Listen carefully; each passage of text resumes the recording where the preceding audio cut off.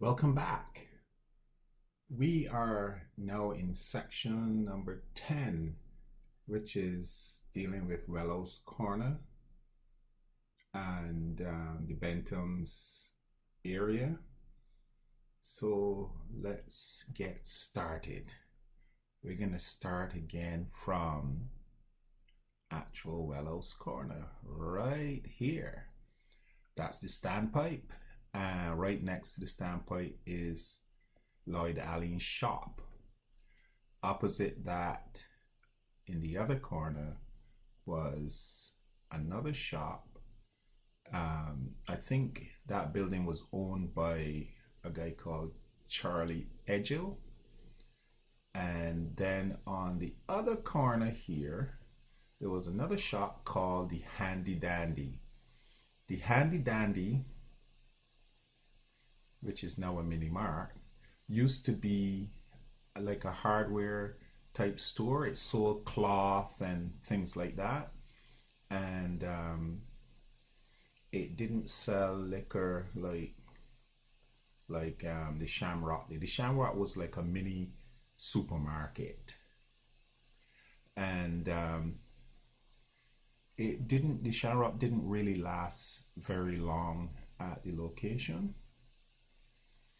Now, let's talk about what's in the area next to the Wellhouse Corner. First of all, let's define Wellhouse. As mentioned before, like this, all of this area is Wellhouse. Wellhouse. Okay, right up to here, and then we have Benthams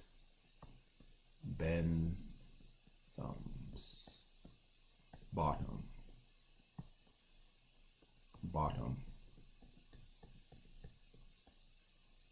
You see, it's the land slopes downwards to the sea right there. So we're at the top of the hill here, just before the Seventh-day Adventist Church.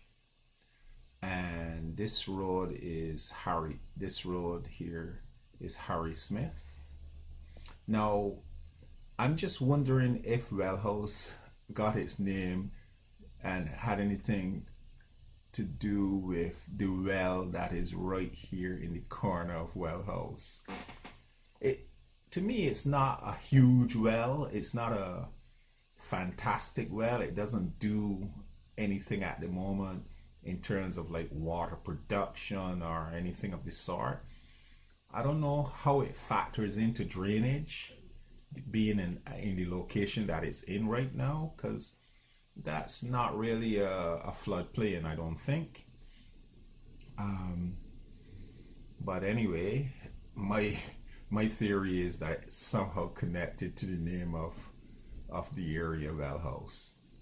Okay, so in terms of the land around here, where behind the Shamrock, there used to be a lot of sour grass land right here.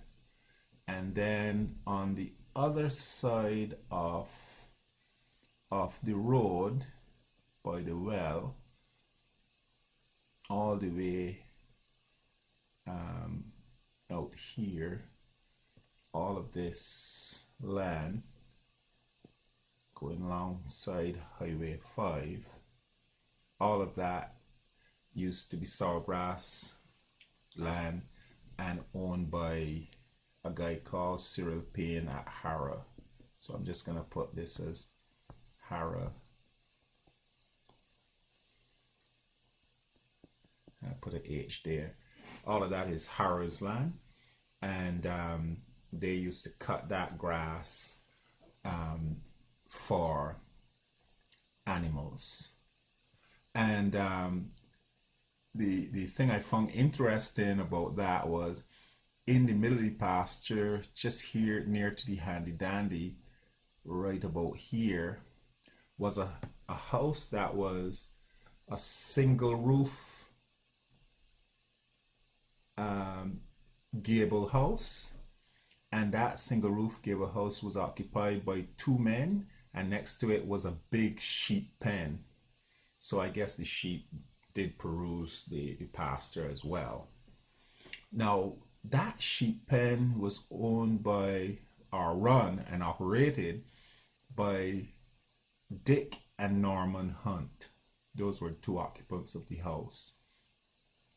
And I always found them to be different from everybody else in the district. But the word is that they were two brilliant young guys, and their parents were so poor they couldn't send them any further in school, and they used to actually help other students, with things like maths and so on. So they weren't your average slow student. They were pretty intelligent.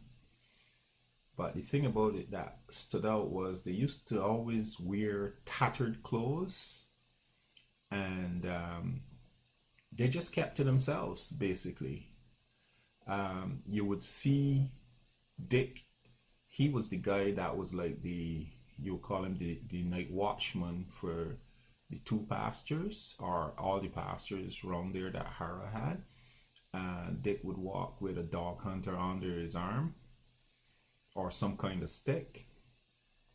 I don't know if it was for people trespassing on the land, or stealing the grass, or what, or if it was just for dogs. But that's what he used to do. Mild-mannered person. Norman, to me, was more the guy to mend and repair fishing nets. I think both of them actually did that. They both either made or repaired fishing nets. Okay, so that's Dick and Norman, who live in that area.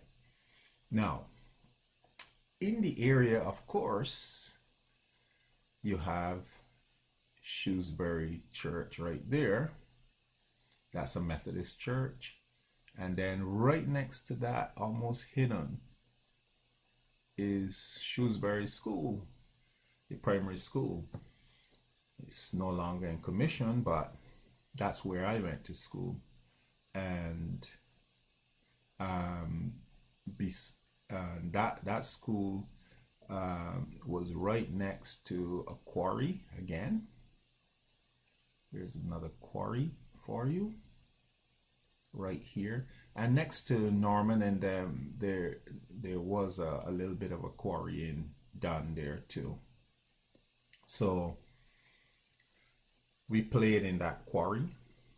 It wasn't off bounds to us, so it was kind of like frightening, climbing 10 feet up into the air, and playing catcher and stuff like that, jumping from one ledge to another, that kind of thing, getting many a grated arm and knee.